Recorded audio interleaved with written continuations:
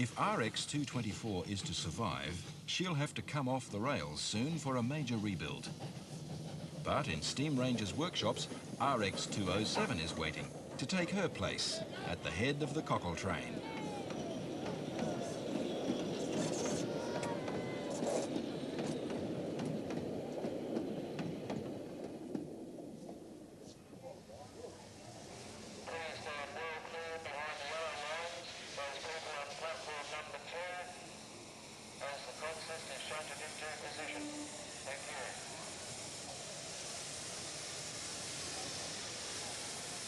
Locomotive 520 pulls into Keswick Station with a consist of carriages for 621, another of Steamranger's engines.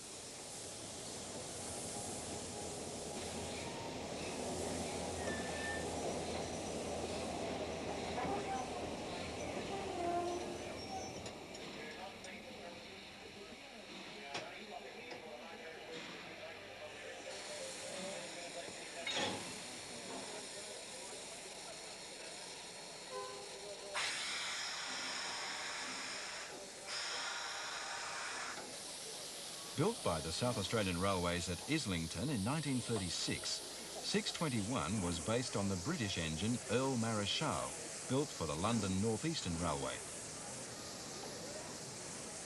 Today, 621 Duke of Edinburgh will be parallel running the most famous London North Eastern locomotive of them all, Flying Scotsman.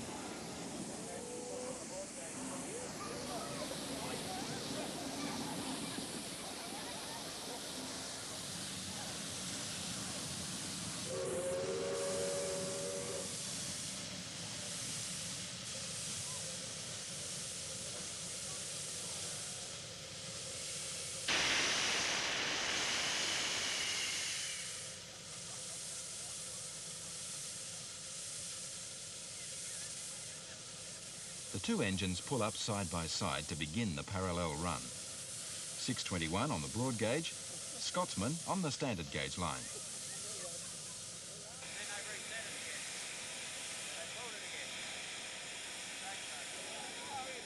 Scotsman has been driven by Australian crews on her trip, but today she's in the hands of English driver David Rollins. It's the first locomotive to officially done 100 mile an hour. And I don't think many engines in Australia come anywhere near that. We'd have heard all about it in England if they had done. There's always been a friendly rivalry between the British and Australians on the sporting fields and even on the footplates.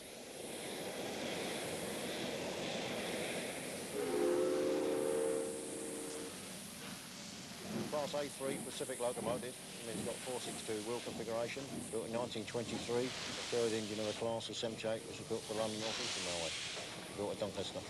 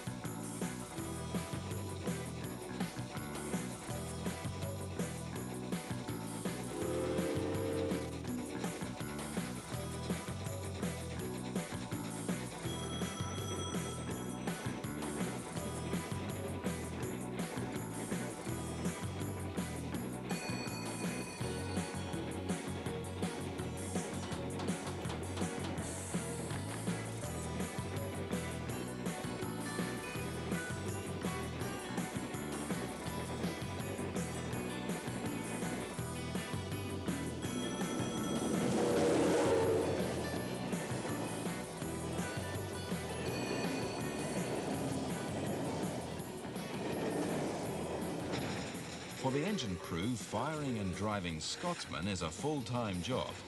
But for her Australian fans, riding behind the famous 4472 is a rare privilege. I suppose it's the magic of being the first steam locomotive to travel at 100 mile an hour. Perhaps the first non-stop locomotive from London to Edinburgh, things like that that stick in a young man's mind, and when he gets older they still stay there, I think. Wonderful engine. I've been chasing it a lot since it came here. I hope I've got a number of good pictures of it too. Riding on something which has been going through history for quite some time, and it's just very exciting. It's fantastic. Sometimes it's a bit hard to get some good shots of it though, because too many people stand in front of it. You get elbows, heads and things like that all the time, so I have had to abort a few planned shots. I got a little bit enthusiastic and I held my video camera outside the carriage window just here, and there was a speed sign which I only saw through the lens of the camera, and then it hit it.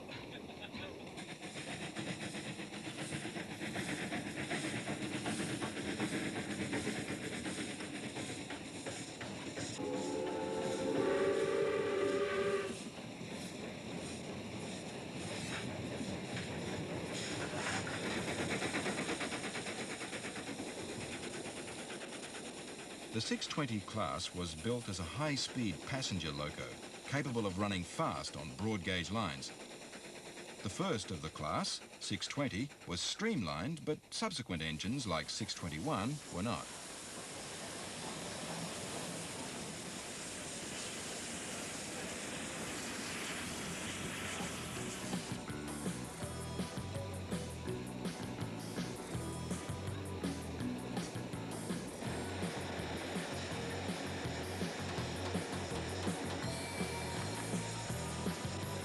Duke of Edinburgh is also a Pacific class engine of a similar size and weight to Scotsman. The most striking difference between the two locos is the appearance of the front of the engines. On 621, the smoke box side plates are extended to form a chute to direct air up past the funnel and lift the smoke. This design was found to be not entirely effective, and additional smoke deflectors were added to the sides in 1948.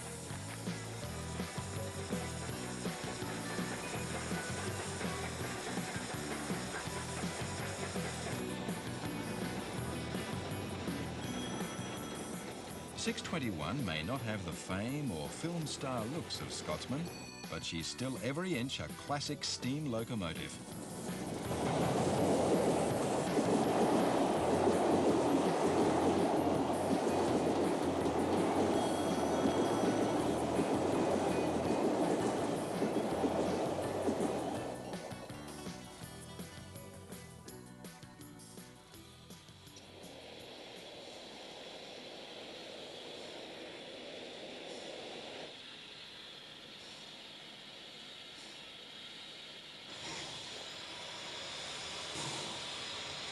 Locomotive 520, Sir Malcom Barclay-Harvey, the largest and most powerful engine in the Steamranger fleet.